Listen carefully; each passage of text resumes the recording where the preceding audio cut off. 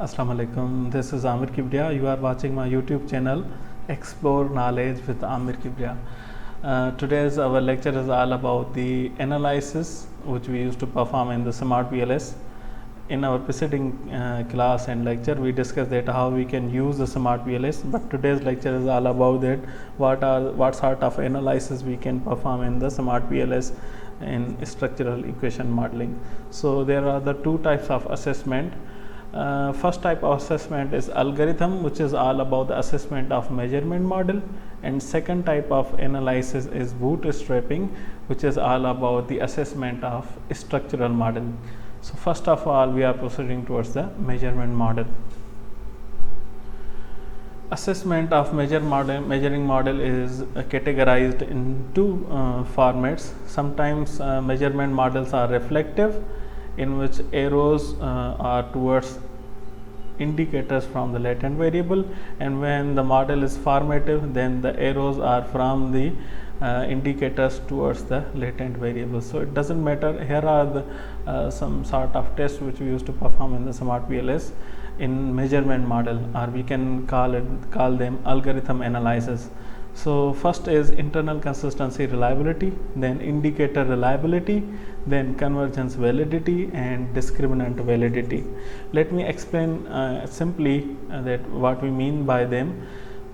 Internal consistency reliability shows the internal consistency among the indicators or the items. जब आप question fill करवाते हैं तो जो रेस्पोंडेंट आपका रेस्पॉन्ड कर रहा है आंसर्स की उसकी इंटरनल रिलायबिलिटी क्या है, कंसिस्टेंसी उसकी रिलायबल है या नहीं है. उसके लिए हम जो SPSS जब सॉफ्टवेयर यूज़ करते थे, फर्स्ट जनरेशन सॉफ्टवेयर, उसमें हम यूज़ करते थे क्रोनबेक अल्फ़ा. पर यहाँ पर जो सेकंड जनरेशन सॉफ्टवेयर है स्मार्ट VLS, उस पर जब हम ACM करते हैं तो उस पर हम टेस्ट परफॉर्म करते हैं composite reliability. Both Cronbach alpha and composite reliability both are explaining the internal consistency reliability among the items or constructs. Then indicator reliability.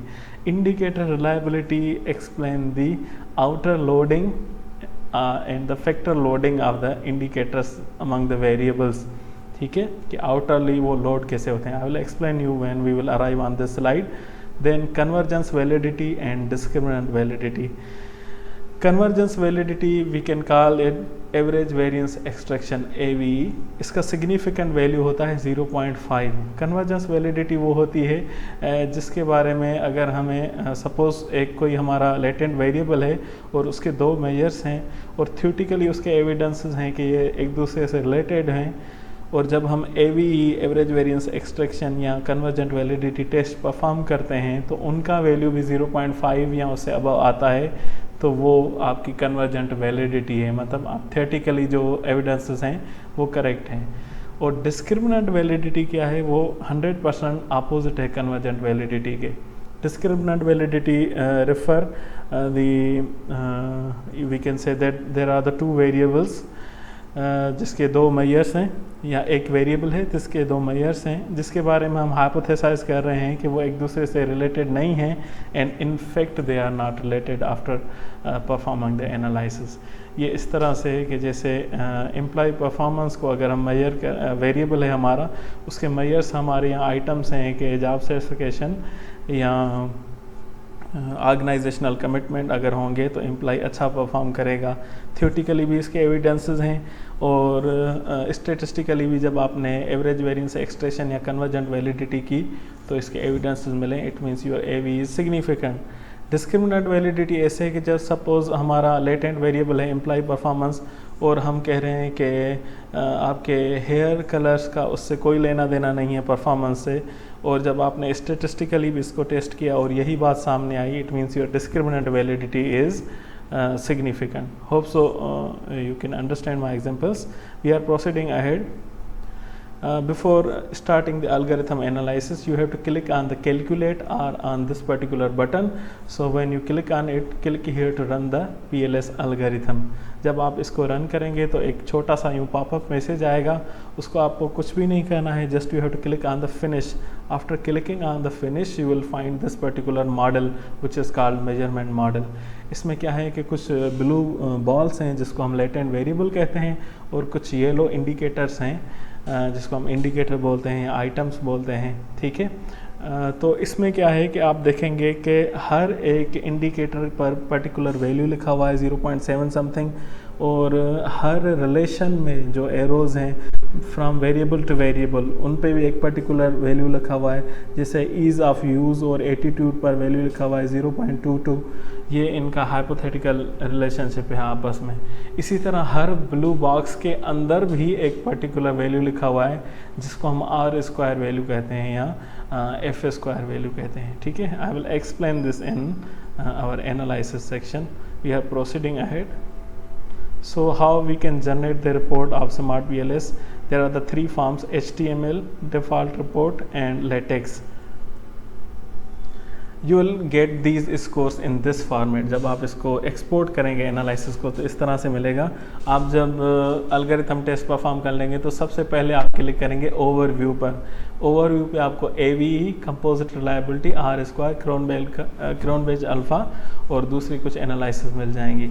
अब आप देखेंगे मैंने आपको बताया था कि 0.5 जो है वो सिग्निफिकेंट वैल्यू है एवरेज वेरिएंस एक्सट्रैक्शन का, तो सारे ही वेरिएबल्स का सिग्निफिकेंट वैल्यू है. इसी तरह इंटरनल कंसिस्टेंसी रिलायबिलिटी टेस्ट जो कि हमने जिसको हम कंपोजिट रिलायबिलिटी कह रहे हैं उसका वैल्यू 0.7 होना चाहिए, वो भी आप देखेंगे कि सबका सिग्निफिकेंट है. आर स्क्वायर किसको कहते हैं? R square is basically the impact of independent variables on dependent variables. R square होता ही डिपेंडेंट वेरिएबल्स का है, इंडिपेंडेंस का 0 होता है. तो वो एटलीस्ट जितना 1 के करीब होगा दैट इज़ सिग्निफिकेंट, एंड जितना 0 के करीब होगा that is considered the poor relationship. So here there is a considerable relationship among the variables. Then Cronbach alpha again similar, showing the internal consistency reliability. Okay, we are proceeding. This is the outer loading, that how items are loading outerly. ठीक है, यहाँ पर attitude के items outer loading में significantly load हुए हैं, इनका value भी 0.7 से अबव है. इसी तरह ही दूसरे वेरिएबल्स की भी आउटर लोडिंग सिग्निफिकेंट है. यहाँ रिमेंबर कट ऑफ्स आप देख लीजिएगा, इसमें सिग्निफिकेंस लेवल्स बताई हुई हैं जो कि मैं ऑलरेडी आप लोगों को बताता आ रहा हूँ during explanation. Okay, latent variable correlation, ये बेसिकली कोरिलेशन बेस्ड है जिसको हम एवरेज वेरिएंस एक्सट्रैक्शन कह रहे हैं. AV नीचे लिखा हुआ है. अब आप अगर AV का स्क्वायर रूट में निकालेंगे, कन्वर्जेंट वैलिडिटी का स्क्वायर रूट निकालेंगे, तो आपको जो 1.000 लिखा हुआ है वहाँ पर वैल्यू आ जाएगा आपका डिस्क्रिमिनेंट वैलिडिटी का. ठीक है, मैं नेक्स्ट स्लाइड पे आपको दिखाता हूँ. यहाँ पर आप देखेंगे कि डिस्क्रिमिनेंट वैलिडिटी लिखा हुआ है और 0.86556687 लिखा हुआ है. ये बेसिकली स्क्वायर रूट वैल्यू है किसका? एवरेज वेरिएंस एक्सट्रैक्शन का या कन्वर्जेंट वैलिडिटी का. तो इन सिंपल वर्ड्स जब हम कन्वर्जेंट वैलिडिटी के वैल्यूज़ का स्क्वायर रूट निकालते हैं तो हमें डिस्क्रिमिनेंट वैलिडिटी का वैल्यू मिल जाता है पर्टिकुलर वेरिएबल का. इसकी सिग्निफिकेंस भी ये है कि 0.7 से अबव होना चाहिए या अदर को वेरिएंस जो वैल्यूज़ हैं उनसे ज़्यादा हाईएस्ट होना चाहिए.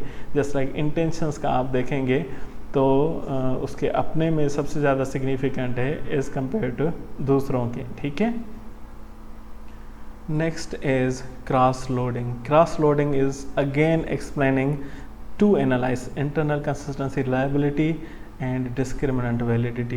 क्रॉस लोडिंग में यह है कि आपके जो आइटम्स हैं वो जब आपस में क्रॉस लोड करते हैं तो वो अपने वेरिएबल में ज़्यादा स्ट्रांगली लोड होने चाहिए एज़ कम्पेयर टू अदर्स, और वो एटलीस्ट 0.7 वैल्यू उसका होना चाहिए.